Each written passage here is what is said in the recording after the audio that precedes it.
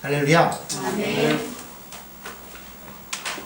구약의 이스라엘 백성들에게는 지켜야 될 여러 절기와 규례들이 여럿이 있었습니다.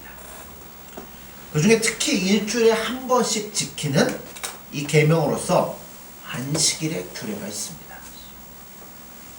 안식일 날은 걸을 수 있는 거리도 제한이 됩니다. 들 수 있는 물건도 제한이 됩니다. 그래서 일상적인 아주 기본적인 일들조차도 안식일에는 저촉된다고 해서 금지가 되어 있습니다. 그런데 이 안식일 규례로 말미암아 예수님과 정통 유대인들이 서로 부다치게 되었고, 이 일로 말미암아 예수님을 죽이려고 마음에 확정을 하게 됩니다. 그렇지 않아도 유대인들은 예수님에 대해서 마음을 좋게 먹질 않았어요. 그런데 예수님이 마침 38년 된 병자를 안식일에 고쳐주셨다는 날은, 이 일은 유대인들에게 있어서는 아주 좋은 시비거리가 되었습니다. 예수님 말씀대로 그 중풍병자는 안식일에 고침을 받고 뭘 들고 갔어요? 자기가 누웠던 자리를 들고 걸어가게 됩니다. 자, 안식일에는 노동이 금지되어 있어요. 그러니까 뭔가 무거운 거를 든다는 건 뭐예요? 안식일을 어기는 거예요. 그러니까 이 사람이 평생을 누워있던 자리, 여러분 38년 동안 고생하다 일어났으면 얼마나 기뻐요. 근데 그거 들고 걸어간다고 뭐 하는 거예요? 안식일을 어겼다라고 이야기를 합니다. 그래서 너 왜 이거 들고 가냐? 그러니까 이 사람이 뭐라고 그래요? 나를 낫게 한 사람이 들고 걸어가라고 했다 이야기를 합니다. 그래서 예수님에게 찾아와서 추궁을 하기 시작합니다. 어찌하여 안식일에 이러한 일을 하였느냐? 예를 들면 이런 거예요. 막 우리가 갑자기 아프면 뭐 타고 가죠? 119. 네, 119 타고 응급실을 막 갑니다. 응급실은 안식일날 문 닫으면 돼요? 안 돼요? 안 돼요. 왜요? 사람 살려야지요. 근데 안식일에 이 규례에 의하면 안식일날은 뭐 해야 돼요? 종합병원도 문을 싹 닫아야 돼요. 아무것도 하지 말아야 돼요. 예수님께서 이런 추궁에 이렇게 대답을 하십니다. 내 아버지께서 일하시니 나도 일한다. 그렇죠. 유대인들이 이것을 이렇게 받아들입니다. 18절에 보면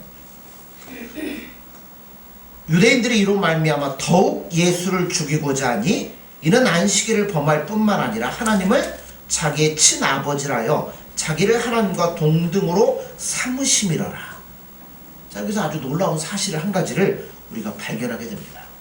자, 예수님은 38년 된 병자, 얼마나 고통스러웠어요. 저도 요새 뭐 좌골신경통 그래가지고 엉덩이가 아프고 허벅지가 땡기고 이거 풀어보려고 스트레칭하고 막 하거든요. 조금만 아파도 뭐예요? 얼마나 불편한지 몰라요. 38년을 누워만 살았던 사람이 여러분 그 병을 고침을 받았으면 이 사람에게 얼마나 기쁘겠어요. 그런데 이 진리와 생명과 영혼에 관한 문제로 38년 된 병자 한 사람을 일으키시자 여기에 대해서 뭐가 들어와요? 공격이 들어오기 시작합니다. 거기에 예수님의 설명을 하자 문제는 뭐예요?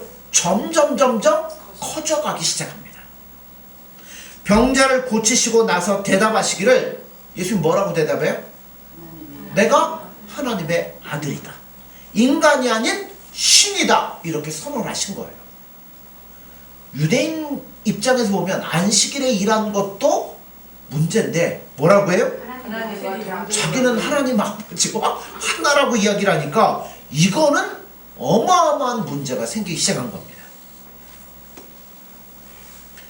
예수님 편에서 진리가 무엇인지, 생명이 무엇인지 이런 것들을 점점 깊이 있게 가르쳐가는 반면에 유대인들의 입장에서는 뭐예요? 예수님을 걸고 넘어질 문제거리가 점점 커지기 시작한다는 겁니다. 왜 이야기를 성경에 기록하고 있을까요? 예수님 편에서는 진리에 대한 것들을 더 가르쳐주고 진리 가운데 이끄는데, 똑같은 문제를 두고 왜 유대인들은 예수님을 더 잡아 죽이려고 올무 시비거리로 확 학대를 할 거예요. 이유가 뭘까요? 오늘 그걸 다루려고 해요. 이 싸움의 결론부터 보자면 유대인들은 이로 인하여 뭐예요? 더욱 예수님을 죽이려고 마음을 굳게 먹습니다.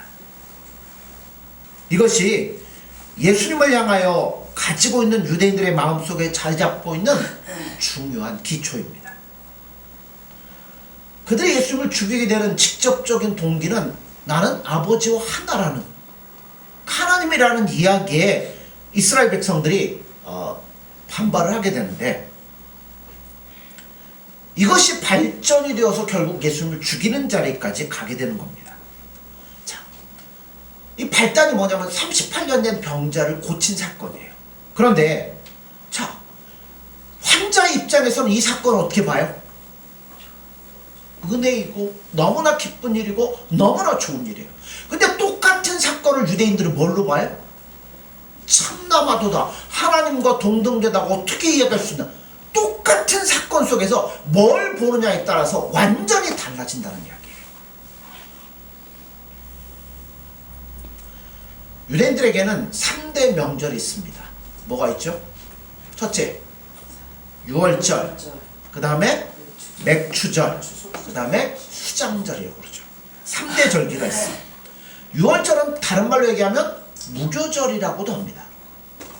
이 유월절은 이스라엘 백성들 애굽에서 노예가 되었는데 하나님이 10가지 재앙을 그들에게 내리시고 마지막 10번째 재앙이 뭐예요? 장자의 죽음. 그때 어린 양을 잡아서 그 피를 문설주에 바르면 하나님이 그 집은 그냥 넘어가십니다. 결국 뭐예요? 그 죽음의 자리에서 은혜로 말미암아 살아났다는 것을 기념하는 절기가 바로 유월절이라는 겁니다. 이 절기는 이스라엘 백성들의 달력으로 인하면 1월 14일입니다. 그런데 오늘 우리가 지키는 태양력으로 하면 3월 말에서 4월 초쯤 되는 거예요. 그래서 이제 3월 30일이나 4월 1일쯤이 아마 유월절이 되는 거예요. 그리고 그 유월절로부터 50일째 되는 날이 무슨 절이에요? 맥추절이라고 하죠. 보리를 거두는 이 절기. 그래서 맥추절이라고 하고요. 다른 말로는 77절이라고 합니다. 77에서 49, 그 다음에 오순절 이렇게 얘기를 하거든요. 그리고 마지막으로 수장절이 있는데 지금의 추수감사절입니다. 하나님 베풀어 주신 모든 은혜에 감사하여 하나님 앞에 영광을 돌리고 이 모이는 절기가 바로 추수감사절입니다. 그런데 자, 이스라엘 백성들이 새 절기를 지킬 때는 반드시 뭐로 모이도록 되어 있냐면 성회로 모이도록 되어 있습니다. 성회로 모인다는 이야기는 언제나 그렇듯이 이스라엘 법규에는 가장 기초가 뭐냐면 안식일이 기초가 돼요. 그래서 안식일과 똑같은 규례가 성회로 모일 때는 적용이 되는 겁니다. 성회로 모일 때는 뭐 하면 안 돼요? 일하면 안 돼요. 아무 일도 하지 말아야 됩니다. 그 단서가 꼭 붙어요. 레위기 23장 26장을 보면 이 세 절기는 계절별로 절기를 삼았을 뿐이지 이 절기를 지키는 근본 원리는 안식일이 공통 인수가 되는 겁니다. 출애굽기 20장에 보면 10계명 가운데 안식일에 대한 규례가 나옵니다. 거기에 보면 설명을 하는데 하나님이 엿새 동안에 천지를 만드시고 제1회 되는 날은 쉬셨기 때문에 너희도 쉬라고 말씀하십니다. 그 계명을 설정하신 이유를 설명하는데요. 그럼 안식일은 오늘날로 얘기하면 금요일 저녁부터 토요일 저녁까지입니다. 삼육두유 아시죠? 네. 어디가 만든 거죠? 안식교에서 만든 거죠. 이 두유는 토요일에는 절대 배달을 안 합니다. 왜요? 안식일이니까. 안식을 지켜야 되잖아요. 그래서 토요일에는 일을 안 합니다. 여기 그 어디죠? 예, 배제대 여기 사거리 있잖아요. 예, 거기 사거리에 분식점 하나 있거든요. 거기 보면 금요일 저녁부터 토요일 저녁까지는 영업을 안 해요. 그거 보면 아마 안식교인들 같은데 그렇게 써 있더라고요. 자, 근데 이 사람들이 그 먹기 싫으면 뭐 하라고 그래? 먹지 말라는 겁니다. 이들은 자신이 있어요. 왜 자신이 있어요? 자기들이 율법을 철저하게 지킨다는 거예요. 우리는 안식일에 일하지 말라고 했으니까 우리는 철저하게 안식일에 일하지 않는다는 겁니다. 또 한 가지는 뭐예요? 맛있으니까, 제품에 자신 있으니까 먹기 싫으면 먹지 말고 마음대로 해라. 너희들 아니어도 팔 때 많다. 그거죠. 그러나 안식일을 그렇게 지키도록 한 것은 하나님이 엿새 동안 모든 걸 만들어 놓고 그 다음부터는 아무런 일도 안 했으니까 너희도 쉬라는 이야기가 절대 아니라는 겁니다. 오늘 우리가 읽은 요한복음 이 본문 17절에도 하나님은 지금도 뭐 하신다고요? 일하고 계신다는 겁니다. 오늘 바람 많이 불죠. 네. 그 바람 불게 하시는 분이 누구예요? 하나님이시죠. 비를 내리는 분도 하나님이십니다. 한 생명을 태어나게 하시는 분도 하나님이십니다. 한 죽은 심령을 중생시키시고 구원하시는 것도 하나님이십니다. 그가 만드신 모든 것들을 섭리하고 움직이시는 분이 누구냐면 하나님이시라는 겁니다. 그래서 출애굽기 20장에서 설명한 것 같이 엿새 동안은 내가 일하고서 일해야 되는 날은 내가 쉬었다는 말씀은 이런 거예요. 하나님이 무에서 유를 창조하시고 어떤 법칙을 만드는 일을 다 끝내셨다는 겁니다. 거기에는 인간이 간섭하고 보조하고 마무리 지을 만한 아무것도 없다는 겁니다. 하나님이 다 하시고 완성하셨다는 겁니다. 그래서 안식일을 선포할 때 제일 중요한 메시지는 창조자는 하나님 외에는 아무도 없으며 그의 창조는 완벽했다는 것을 설명하는 것이 안식이라는 겁니다. 이 같은 메시지를 설명하기 위해서 안식일에는 노동을 하지 말라고 하나님이 선포를 하셨습니다. 그래서 이 안식일을 근거로 해서 유월절, 오순절, 추수감사절을 크게 절기화시켰어요. 제가 이 설교를 준비하기 전만 해도 예수님 부활하신 건 한 번 했으면 끝났는데 우리는 왜 매년 부활절을 지켜야 되나? 왜 매년 고난주일 생각하고 예수님 한 번에 다 끝났는데 그런 생각이 문득 들기도 했는데 이 말씀을 준비하면 이게 아니구나. 왜 그러냐면 우리는 어떤 일들이 발생했을 때 그거를 기쁨과 규칙을 메어서 규례화시키지 않으면 쉽게 잊어버리는 게 우리들입니다.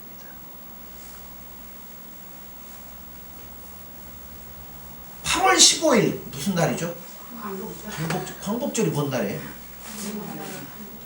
일제 침략 강점기에서 해방된 날입니다. 이거를 8월 15일 날 딱 날짜를 정해서 이걸 휴일로 정하고 이 기념일로 정하지 않으면 그 당시 사람들은 알겠지만 후대 사람들은 뭐 하겠어요? 다 잃어버리겠죠. 똑같은 이야기입니다. 우리가 매년 부활절을 지키고 고난주일을 지키고 추수감사절을 지키고 이 절기를 지키는 이유가 뭐예요?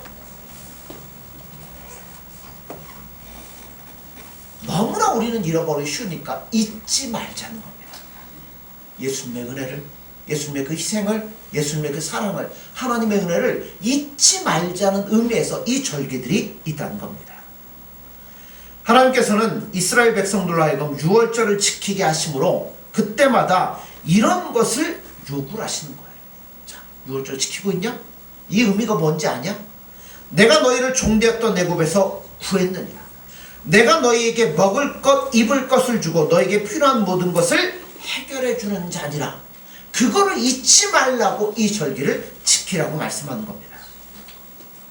이게 바로 안식일이나 구약에 허락되었던 모든 절기와 명절들이 가지는 중요한 메시지입니다. 그날이야말로 우리 하나님께서 우리에게 얼마나 자상하시며 얼마나 이 우리를 충족시키시며 우리를 선한 길로 인도하시는 분인가 하는 것들을 확인하며 기뻐하는 날이 바로 절기라는 거예요. 그러니까 부활절은 그래, 예수님이 나 같은 죄를 위해서 십자가에 죽으셔서 나를 살리시고 구원해 주셨구나. 얼마나 감사한가. 고난주일은 뭐예요? 그래, 예수님이 나 같은 걸 위해서 그 모든 고난을 친히 몸소 당하고 계시구나. 예수님을 기억하고 감사하고 그분 앞에 영광을 돌리며 기뻐하는 절기가 바로 이런 절기들이라는 겁니다. 근데 여러분, 이 모든 것들은 우리가 어떻게 받았어요? 은혜로 받았습니다.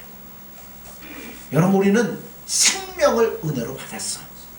구원을 은혜로 받았습니다. 천국을 은혜로 받았습니다. 이스라엘 백성들이 어떻게 살았어요? 하나님의 은혜로 살았죠. 하나님의 은혜로 지금까지 왔는데 여러분, 지금 뭐 하려고 하고 있는 거예요? 그 은혜를 주신 예수님을 죽이려고 하고 있잖아요.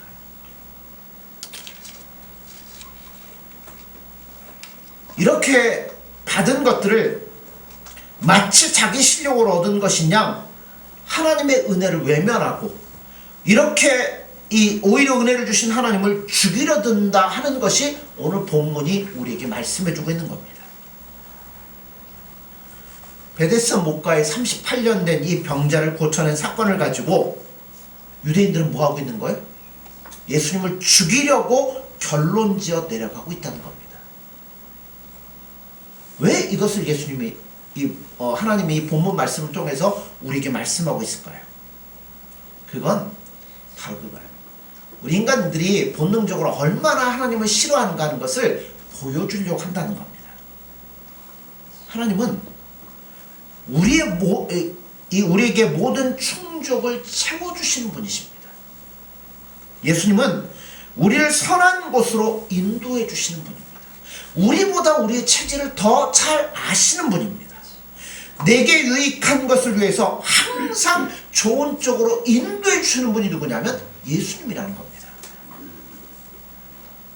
이와 같은 은혜에 대해서 기뻐하기보다는 오히려 뭐예요? 이 축제 자리에서 예수님을 죽이려고 모이려는 것이 우리들의 본성이다라는 것을 우리에게 가르쳐 주고 있는 겁니다. 이런 일이 그때 베데스다에서만 있는 일입니까? 아니에요. 성의 기록은 오는 모든 세대에 걸쳐 믿지 않는 불신자들과 또한 하나님을 믿는 하나님의 백성들까지도 이와 똑같다라고 우리에게 말씀해 주고 있습니다. 왜 이런 일이 계속 반복될까요? 우린 다 똑같은 본성을 갖고 있기 때문에 그래요. 그래서 여러분, 교회가 못하는 곳이라고 생각이 되십니까? 교회는 항상 똑같이 엉성하게 찾아오는 사람들을 훈련시키는 데가 교회예요. 제가 남들보다 좀 짧게 군대 생활했습니다. 근데 해볼 건 다 해봤어요. 심지어 뭐까지 했냐면 조교까지도 해봤어요. 뭔 조교냐면 군대 안 가고 3주만 이렇게 훈련받고 방위산업체 같은 데 가서 이제 근무하는 사람들 있잖아요, 예전에. 그 사람들 이제 훈련시켜봤어요. 근데 제가 훈련을 시키면서 개구리 올챙이 쪽 모른다고 똑같더라고요. 이제 3주 왔으니까 얼마나 처음엔 인간적인 대접을 해줍니까? 줄 서세요. 그런데 말을 안 들어요. 그럼 뭐 하면 돼요? 선착순 3번만 시키면 그다음부터는 정신이 바짝 들어갖고 딱 합니다. 근데 이걸 시키면서 저도 예전에 훈련병일 때 그랬을 거거든요. 그걸 모르고서 그걸 하는 거예요. 이 엉성하게 왔지만 여러분, 훈련의 과정을 거치고 나면 어떻게 돼요? 그 훈련 거쳤다고 다 되는 건 아니더라고요. 그 병장 달기까지는 여러분 잘 안 돼요. 근데 그 훈련의 모든 과정을 거치고 시간을 흘러가면 숙달된 군인으로 완성되어 가는 겁니다. 마찬가지예요. 교회도 우리 다 엉성해요. 어떻게 보면 막 좋은 것 같고 이 사람은 막 나가는 것 같은데 똑같아요. 다 엉성해요. 근데 교회에서 우리가 훈련되어지고 예수님을 만나고 변화되어서 주님이 기뻐하는 그리스도의 군사로 만들어져 가는 것이 바로 교회인 겁니다. 그러니까 처음부터 막 여기 사도 바울, 베드로 막 앉아있는 거 아니에요. 다 우리는 똑같습니다. 교회는 예수를 믿는 사람들이요, 율법이 무엇인지 아는 자들로 모였음에도 불구하고 오늘 현대교회는 어떻게 바꿔지고 있냐면 교회 안에서 하나님의 능력이나 기적이나 생명의 기쁨에 대해서 이제는 기대를 안 하는 것으로 바꿔져 가고 있는 것 같습니다. 믿기는 믿어요. 예수님 말씀도 기대요. 근데 뭔가 내 삶 가운데 예수님이 나타나고 기적이 베풀어지고 그 은혜가 있고 기쁨이 있고 여기에 대해서는 별로 기대를 안 하더라는 겁니다. 솔직히 우리들에게도 한번 얘기해 볼까요? 오늘 여러분 이 자리에 나오시면서 어떤 기대를 갖고 오셨습니까? 하나님의 말씀을 대할 때 하나님이 지금도 나와 함께 하시며 나에게 힘을 주시는 것을 감격으로 받아보신 적이 여러분 얼마나 되십니까? 최근에 그걸 느껴본 적 언제이십니까? 언제부턴가 한국교회에서는 적극적인 것을 요구를 하지 않습니다. 그래서 최소한 이 실수만은 하지 마십시오. 이것만을 요구하고 있습니다. 예를 들자면 그래서 최소한의 신자들만 늘어나고 있어요. 최소한 주일 예배는 지킵시다. 최소한 이 11조는 냅시다. 최소한 서로에 대해서 지나치게 간섭하지 맙시다. 최소한 문에서 교패는 떼지 맙시다. 이런 최소한의 신자로 바꿔지고 있다는 겁니다. 여러분 기독교인의 기쁨은 주는 기쁨이지 뺏는 기쁨은 아닙니다. 뺏는 건 누가 잘하냐면 살아센 문명이 잘합니다. 칼 들고 와가지고 다 뺏어가는 거. 근데 우리가 언제 칼 들고 남의 것 빼앗은 적 있습니까? 우리는 예수님에게 받은 것 거저 줌으로 항복을 시키는 거예요. 스데반의 집사님의 그 죽음을 보면서 우리에게 본이 되는 게 있다면 그것은 그가 죽음에 임할 때 자기를 욕하고 돌을 던지는 자들을 향하여 뭐라고 그래요? 저들의 죄를 저들에게 돌리지 마옵소서. 그러니까 기독교인들은요 뭔가를 많이 가져서 기쁜 게 아니에요. 뭔가를 손에 쥐고 있고 내가 남들보다 더 많은 것이 있어서 기쁜 게 아니라 다른 데 기쁨이 있는 겁니다. 여러분 우리가 도대체 왜 살고 있으며 왜 믿고 있습니까? 하나님께서 여러분 하나님 예수님은요 한 번도 예수님 되심을 중단해 본 적이 없으십니다. 우리가 어디를 가든 끝까지 우리를 붙잡고 인도해 주신 분이 바로 예수님이라는 겁니다. 그래서 지금도 일하고 계신다고 성경은 분명히 말씀하잖아요. 그런데 왜 우리 안에는 지금도 예수님은 나를 위해서 일하시며 나를 위해 역사하시고 모든 것들을 이렇게 하고 있는데 왜 내 안에는 감사의 조건이 그렇게 없을까요? 우리 찬송의 힘을 잃어가고 우리 믿음이 연약해져가는 이유가 뭘까요? 그거는 하나라고 생각합니다. 충격일 수 있지만 우리가 예수님을 죽이려고 하고 있기 때문에 그렇습니다. 왜 죽이려고 그럴까요? 그것은 우리가 예수님의 은혜로 말미암아 사는 사람이라는 것을 망각하고 있기 때문에 그렇다는 거예요. 유대인들이 하나님의 은혜로 말미암아 살아가고 있다는 걸 잃어버리니까 예수님을 뭐 하려고 그래요? 죽이려고 하는 거잖아요. 우리가 살아가는 모든 것도 예수님의 은혜인 거예요. 여러분 제가 얼마 전에 비행기를 탄 적이 있어요. 비행기를 타면 목사로서 제일 간절히 기도할 때가 언제인지 아십니까? 비행기 이륙할 때하고 착륙할 때. 왜냐면 그때 사고가 제일 많거든요. 그러니까 뜰 때 속으로 막 기도하는 거죠. 하나님 지켜주세요. 잘 뜨게 잘 가라앉게 해주세요. 왜 이야기를 하냐면 여러분 비행기가 잘 뜨는 것도 하나님의 은혜입니다. 잘 내리는 것도 하나님의 은혜입니다.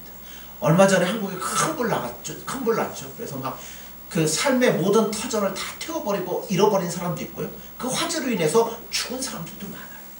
여러분 여기에 화재 안 난 것도 뭐예요? 그분들에게 죄송하지만 하나님의 은혜 아닙니까?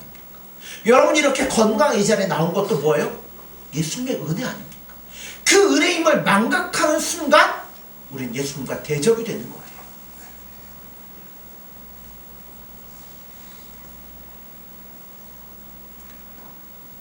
그러므로 내가 오늘 하나의 진리를 깨닫고 그러니까 그럴 수 있어요. 그러니까 어떤 성경 말씀을 읽거나 우리가 기도를 하거나 어떤 말씀을 듣거나 하면서 뭔가를 깨달으면 그래 나 이 정도는 돼. 여러분 그런 모든 것들도 다 내려놓으셔야 된다는 거예요. 은혜가 아니면 우리가 어떻게 살아갈 수 있습니까? 우리의 기쁨은 뺏는 것이 아닙니다. 잘난 것이 아니에요. 남보다 뛰어난 실력과 재능과 기술을 보이는 것에 우리 기쁨이 있는 게 아니라는 겁니다. 물론 그렇게 되면 자존심은 세워지겠죠. 내가 남들보다 이렇게 잘한다. 그러나 자존심은 세울지 몰라도 거기에는 기쁨은 없습니다. 그러기에 신자는 한마디로 얘기하면 주는 자입니다. 지는 자입니다. 내가 지고 내가 주는 것으로 상대방이 기뻐할 수 있다면 나는 끝까지 낮아질 수 있는 게 신자의 기쁨이라는 겁니다. 그러므로 우리가 예수님 앞에 모일 때마다 이 마음을 가슴에 품어야 돼요. 나는 예수님이 나에게 값없이 주셨잖아요. 그러니까 나도 값없이 주는 겁니다. 낮아지는 거예요. 성도의 모임은 예수님이 주신 은혜에 감사하는 데 있습니다. 예수님께서 우리의 삶과 생애를 주장하시고 풍족해 해주신 겁니다. 우리는 모자라는 게 없는 사람들. 이거는 물질적인 얘기 아니에요. 영적인 얘기 하는 거예요. 우리는 줄 것이 있는 사람들입니다. 우리는 가진 것이 있습니다. 여러분만이 예수님의 은혜를 누리고 있잖아요. 복음을 가지고 있잖아요. 예수님이 누구인지 알잖아요. 세상의 것들은 없을지 몰라요. 그러나 우리에게는 무엇보다 중요한 것이 있잖아요. 이거는 누구만 줄 수 있어요? 여러분만이 줄 수 있다는 겁니다. 우리만이 세상의 문제를 해결해 줄 수 있는 사람들입니다. 그런데 그 방법은 잘난 척해서도 아니고 실력으로 입증해서도 아니라는 겁니다. 대가를 받고 파는 행위도 아닙니다. 우리는 생명을 들고 있고 진리를 들고 있기 때문에 늘 뭐 할 수밖에 없어요? 당할 수밖에 없어요. 그래서 여러분 세상에서 예수 믿는 사람들 기독교가 박해를 받을 때 그 특별하다 왜 이러나 이렇게 생각하지 마십시오. 우리만 있기 때문에 당할 수밖에 없다는 거예요. 어쩌면 고통과 원치 않는 길을 우리는 늘 걸어야 될지도 모른다는 겁니다. 그렇지만 우리는 이 길을 뭘로 가요? 기쁨으로 갈 수 있습니다. 왜냐하면 우리 기쁨과 평안을 빼앗을 자가 아무도 없다라고 말씀하잖아요. 그러니까 우리는 예수님 앞에 모일 때마다 명절답게 모여요. 명절에 모이면 뭐예요? 기쁘잖아요. 오랜만에 이 가족들 만나니까 기쁘고 그것만 기쁩니까? 명절에 또 맛있는 거 해서 먹고 애들은 또 명절 되면 막 세배하고 돈 받으니 더 기쁘고 하여튼 명절은 기쁘잖아요. 우리 예수님 앞에 모일 때마다 기쁨으로 모여야 됩니다. 우리의 명절인 주일의 모임을 기쁨으로 모이셔야 돼요. 세상이 나를 핥히고 나를 막으며 나를 누를지라도 우리 집사님 얘기처럼 우리는 감사함으로 찬송하며 나아가야 돼요. 밟히면 밟히는 대로 예수님 부르짖고 찬송하고 누가 하자고 해서 살 수 있는 일이 아니에요.